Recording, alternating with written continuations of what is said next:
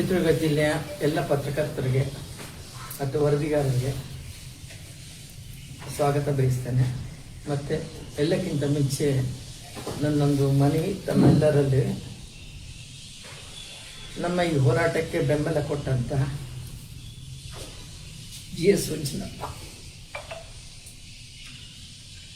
ಅವ್ರಿಗೆ ಮೊದಲು ನಾವು ಶ್ರದ್ಧಾಂಜಲಿ ಈ ಮೂಲಕ ಅರ್ಪಿಸ್ಬೇಕಂತ 1 ನಿಮಿಷ ಮೌನ ಮಾಡಿ ನಂತರದಲ್ಲಿ ಸಭೆ ಮುಂದುವರಿಸ್ತೀವಿ.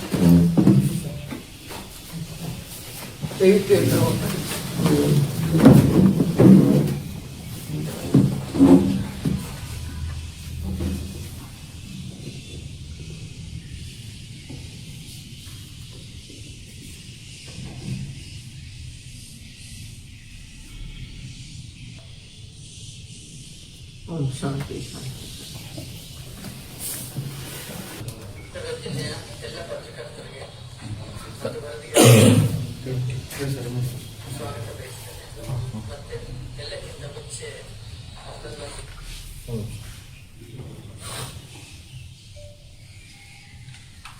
DS ವಿಜಯನಪ್ಪನವರು ನಮ್ಮ ಹಿರಿಯ ಪತ್ರಕರ್ತರು, ಚಿಂತಕರು, ಸಮಾಜ ಸುಧಾರಕರು, ಮತ್ತೆ ಎಲ್ಲಕ್ಕಿಂತ ಹೆಚ್ಚಾಗಿ ದೊಡ್ಡ ಸಾಹಿತಿನೂ ಹೌದು.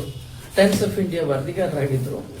ಅವರು ನಮ್ಮ ಸೌಜನ್ಯ ಹೋರಾಟಕ್ಕೆ ಪ್ರತಿ ಹಂತದಲ್ಲೂ ನನಗೆ ಮಾರ್ಗದರ್ಶಕರಾಗಿ ನನಗೆ ಬೆಂಬಲ ಕೊಟ್ಕೊಂಡು ನಮ್ಮ ಜೊತೆ ಎಲ್ಲ ಒಂದು ಸ್ಟ್ರೈಕಿಗೆ ಭಾಗವಹಿಸಿಕೊಂಡು ನಮ್ಮ ಜೊತೆ ಇದ್ದಂಥ ವಿಜಯನಪ್ಪ ಸರು 1-2 ತಿಂಗಳ ಹಿಂದೆ ವಿಧಿವಶರಾದರು. ಅವರ ಆತ್ಮಕ್ಕೆ ಶಾಂತಿ ಸಿಗಲಿ ಅಂತ ಹೇಳ್ತಾ ಇವತ್ತಿನ ಸಭೆನ ಮುಂದುವರಿಸ್ತೇನೆ.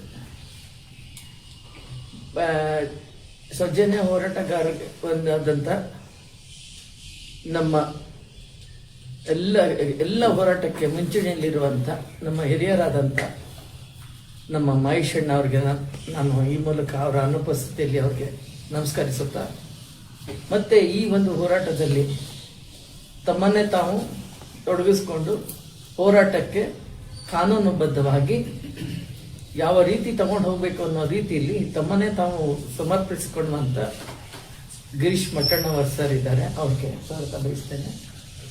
ಮತ್ತೆ ಹಾಗೆ ನಮ್ಮ ಮೈಸೂರಿನಿಂದ ಬಂದಂತ ಪ್ರಕಾಶ್ ಸರ್ ಅವ್ರಿಗೆ, ಮತ್ತೆ ಯೂಟ್ಯೂಬರ್ ಆದಂತ ನಮ್ಮ ಅಭಿಷೇಕ್ ಸರ್ ತಮ್ಗೂ, ಮತ್ತೆ ನಮ್ಮ ಇನ್ನೊಬ್ರು ಸರ್ ಬಂದಿದ್ದಾರೆ ತನುಷ್ ಅವ್ರಿಗೆ, ಮತ್ತೆ ವೀರೇಶ್ ತಿಪ್ಪೇಸ್ವಾಮಿ ಅವರು, ಮತ್ತೆ ನಮ್ಮ ತಮ್ಮ ಹೆಸರು ಸರ್ ನನ್ನ ಮರ್ತೆ ಮಲ್ಲೇಶ್ ಅವರಿಗೆ, ಎಲ್ಲರಿಗೂ ನಾನು ನಮ್ಮ ಚಿತ್ರದುರ್ಗ ಜನತೆಯ ಪರವಾಗಿ ನಿಮಗೆ ಸ್ವಾಗತ ಬಯಸ್ತೇನೆ. ಹಾಗೇನೆ ನಮ್ಮ ಪತ್ರಿಕೋದ್ಯಮ ಮಿತ್ರರು ಮತ್ತೆ ಪತ್ರಿಕೆಯ ಎಲ್ಲ ಒಂದು ವರದಿಗಾರರಿಗೆ ನಾನು ನಮಸ್ಕರಿಸುತ್ತಾ, ಇವತ್ತು ನಾನು ಮೀಟಿಂಗ್ ಕರೆದಿರೋ ಉದ್ದೇಶ, ಪ್ರೆಸ್ ಮೀಟ್ ಕರೆದಿರೋ ಉದ್ದೇಶ, ನನ್ನ ಮೇಲೆ ಚಿನ್ನಯ್ಯ ಅನ್ನೋ ವ್ಯಕ್ತಿ ಸೌಜನ್ಯ ಕೇಸಲ್ಲಿ ಆತ ತಾನೇ ಬಂದು ಸರೆಂಡರ್ ಆಗಿ ಆರೋಪಿ ಅಂತ ಹೇಳಿಕೊಂಡು ನಾನು ಕಣ್ಣಾರೆ ಕಂಡಿದ್ದೀನಿ ಅಂತ ಹೇಳಿ ಪೊಲೀಸ್ ಇಲಾಖೆಗೆ ತನ್ನನ್ನೇ ತಾನು SITಯಲ್ಲಿ ಸರೆಂಡರ್ ಆದಂತ ವ್ಯಕ್ತಿ ನನ್ನ ಮೇಲೆ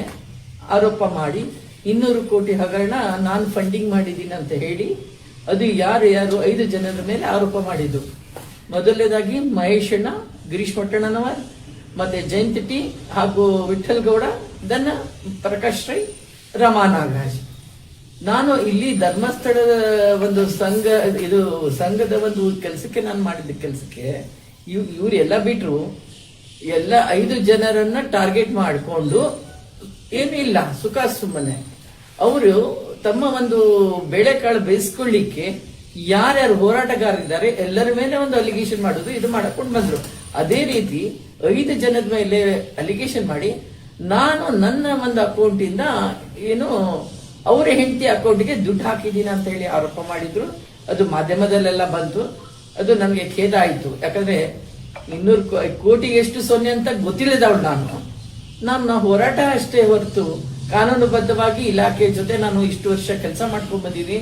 ಚಿತ್ರದುರ್ಗದಲ್ಲ, ಈ ರಾಜ್ಯ ಮಟ್ಟದಲ್ಲಿ ಅಂತಾರಾಜ್ಯ ಮಟ್ಟದಲ್ಲೂ ನಾನು ನನ್ನ ಒಂದು ಕೆಲಸ ನಿರ್ವಹಿಸಿದ್ದೇನೆ. ಅದು ನಾನು ಹೆಮ್ಮೆಯಿಂದ ಹೇಳ್ತೇನೆ. ಆದರೆ ಎಲ್ಲೇ ಆದ್ರೂ ನಾವು ಹಿಂದಕ್ಕೆ ಧರ್ಮಸ್ಥಳಕ್ಕೆ ಅಪಪ್ರಚಾರ ಬರುತ್ತೆ ಅಂದ್ರೆ, ಧರ್ಮಸ್ಥಳ ಅದು ಊರು ಸ್ವಾಮಿ, ಅದು ಧರ್ಮಸ್ಥಳ ಕ್ಷೇತ್ರದ ಬಗ್ಗೆ ಯಾರು ಮಾತಾಡೋ ಹಕ್ಕಿಲ್ಲ, ಅವ್ರಿಗೂ ಇಲ್ಲ, ನನಗೂ ಇಲ್ಲ, ಮತ್ತೊಬ್ರಿಗೂ ಇಲ್ಲ. ನಾವು ಅದ್ರ ಬಗ್ಗೆ ನಾವು ಯಾರು ಮಾತಾಡ್ತಾ ಇಲ್ಲ. ಅದನ್ನ ಎಲ್ಲರೂ ಅರ್ಥ ಮಾಡ್ಕೊಳ್ಬೇಕು. ಅದು ನಾವು ಧರ್ಮಸ್ಥಳ, ಅದು ನೇಮ್ ಆಫ್ ದ ಪ್ಲೇಸ್ ಅಷ್ಟೇ. ಆ ನೇಮ್ ಆಫ್ ದ ಪ್ಲೇಸ್ ನಾನು ಚಿತ್ರದುರ್ಗ ಅಂತ ನಾನು ಬೇರೆ ಊರು ಅನ್ನಕ್ಕಾಗತ್ತಾ? ಇಲ್ಲ. ಸೊ ಹಾಗೆ ನಾವು ಧರ್ಮಸ್ಥಳನ ಅದು ಒಂದು ಊರು ಅಷ್ಟೇ, ಅದು ಬಿಟ್ಟು ಬೇರೆ ಏನಿಲ್ಲ. ಅದನ್ನ ಇವರು ವೈಭೀಕರಿಸಿ ಅದನ್ನ ಕ್ಷೇತ್ರಕ್ಕೆ ಅಗೌರವ ತೋರಿಸ್ತಾರೆ ಅಂತ ಹೇಳಿ ಅದಕ್ಕೆ ನಾನು ಫಂಡಿಂಗ್ ಕೊಡ್ತಿದ್ದೀನಿ 200 ಕೋಟಿ ಅಂತ ಹೇಳ್ತಾರೆ. ನನಗೆ ಸ್ವಾಮಿ, ನನಗೆ 200 ಕೋಟಿ ಅಲ್ಲ, ಕೋಟಿ ಎಷ್ಟು ಸೊನ್ನೆ ಅನ್ನೋದೇ ಗೊತ್ತಿಲ್ಲ. ಅಂತದ್ರಲ್ಲಿ ನನ್ನ ATM ಕಾರ್ಡ್ ಇಂದ ದುಡ್ಡು ಹೋಗಿದೆ ಅಂತ ಹೇಳಿ ಅವ್ರ ಹೆಂಡತಿಗೆ ನಾನು ಹಾಕಿದ್ದೀನಿ ಅಂತ ಚಿನ್ನಯ್ಯ ಆರೋಪ ಮಾಡ್ತಾರೆ. ಆರೋಪ ಮಾಡೋದಿರ್ಲಿ, ನಾನು ಕೋರ್ಟಲ್ಲಿ ಇದನ್ನು ಸಾಬೀತುಪಡಿಸ್ತೀನಿ ಅಂತ ಹೇಳಿದವರು. ಅವರು ಇದಕ್ಕೆ ನಾನು ನಿಮ್ಗೆ ಪ್ರತಿಕ್ರಿಯೆ ಕೊಟ್ಟಿದ್ದೆ. ಯಾಕಂದ್ರೆ ಇದು ಸುಳ್ಳು ಆರೋಪ. ನಾನೇನು ಮಾಡಿಲ್ಲ, ನಾನು ಯಾರಿಗೂ ಹೆದರೋ ಅವಶ್ಯಕತೆ ಇಲ್ಲ.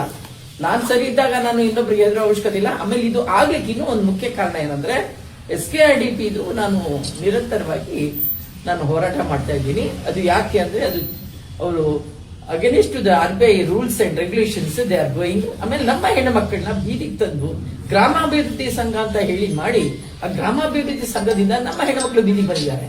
ಇಲ್ಲಿ ಬಿಟ್ಬಿಡಿ, ಸಿಟಿಲಲ್ಲ, ಹಳ್ಳಿಗಳಲ್ಲಿ ರಿಮೋಟ್ ಏರಿಯಾದಲ್ಲಿ ಎಷ್ಟು ಮಾನ ಇಚ್ಛೆ ಮಾತಾಡಿ ಅವ್ರಿಗೆ ತೇಜೋವಧೆ ಮಾಡಿ ಅವ್ರಿಗೆ ಅಗೌರವವಾಗಿ ನಡ್ಕೊಳ್ಳುವಂತ ಈ SKRDP ಆಫೀಸರ್ಸ್ ಏನಂತ ತಾವು ಮಾಡ್ಕೊಂಡಿದ್ದಾರೆ ಅವ್ರುಗಳು ಮಾಡಿ ನಮ್ಮ ಹೆಣ್ಮಕ್ಳು ಇವತ್ತು ಬೀದಿಗೆ ಬಂದು they are going for the ಪ್ರಾಸ್ಟಿಟ್ಯೂಷನ್ಗೆ ಹೋಗ್ತಿದ್ದಾರೆ.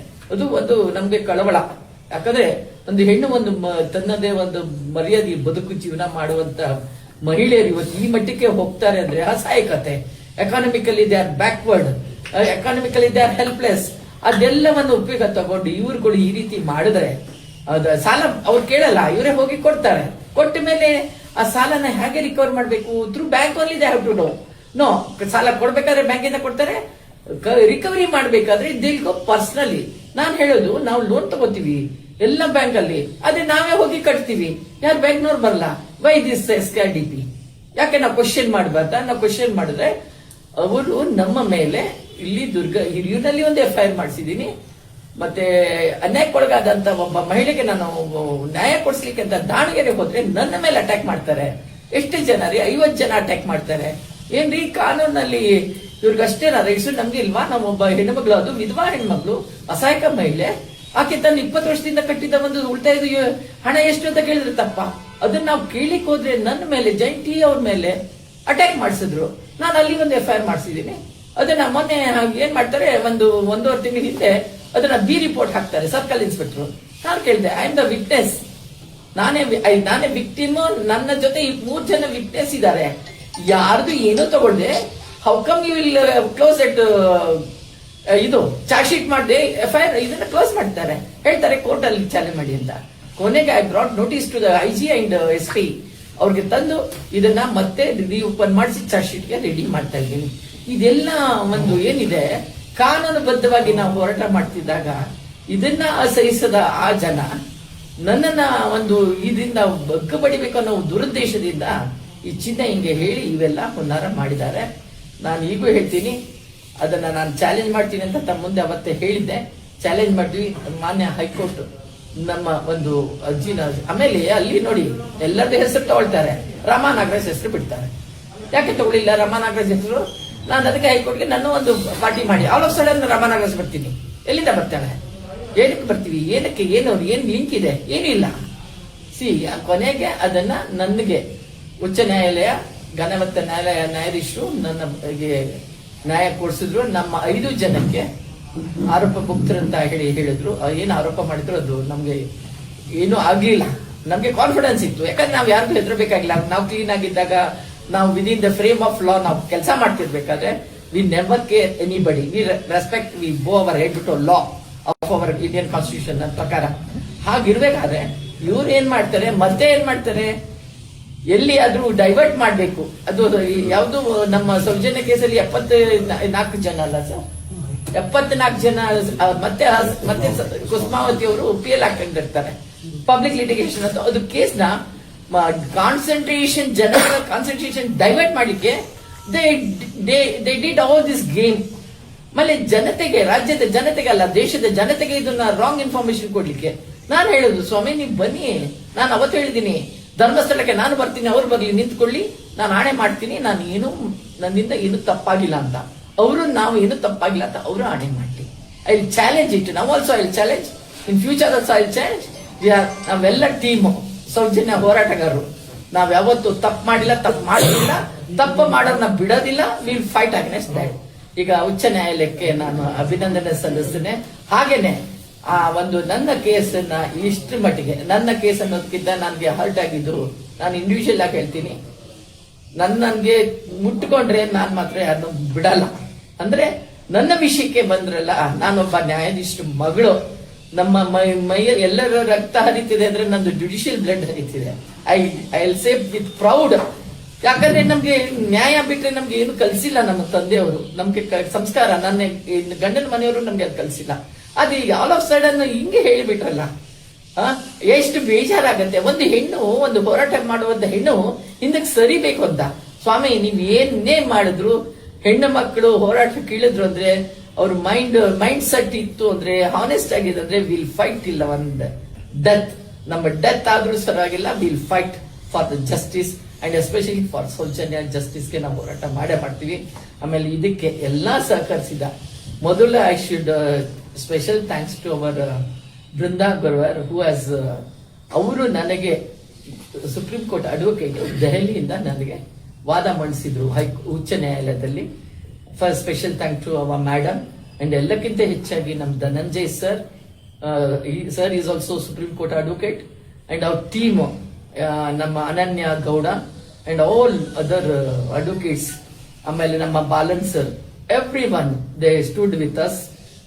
ಜಯ ಗಳಿಸ್ಲಿಕ್ಕೆ ಅವರೇ ಒಂದು ನಮ್ಗೆ ಕಾರಣ. ಯಾಕಂದ್ರೆ ನಾವು ನೀಟಾಗಿ ಇದೀವಿ ಅಂದ್ರೆ ಎಲ್ಲರಿಗೂ ಹೆಮ್ಮೆ ಆಗತ್ತೆ ಬೆಂಬಲ ಕೊಡ್ಲಿಕ್ಕೆ.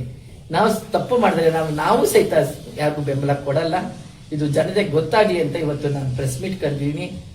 ದಯವಿಟ್ಟು ಇದನ್ನ ಯಥಾವತ್ತಾಗಿ ನಾನು ಏನ್ ಹೇಳಿದ್ದೀನಿ ಅದನ್ನೇ ನೀವು ಟೆಲಿಕಾಸ್ಟ್ ಮಾಡ್ತೀರಿ ಅಂತ ನಾನು ಭಾವಿಸ್ತೀನಿ. ನಿಮ್ಮೆಲ್ಲರಿಗೂ ಒಳ್ಳೇದಾಗ.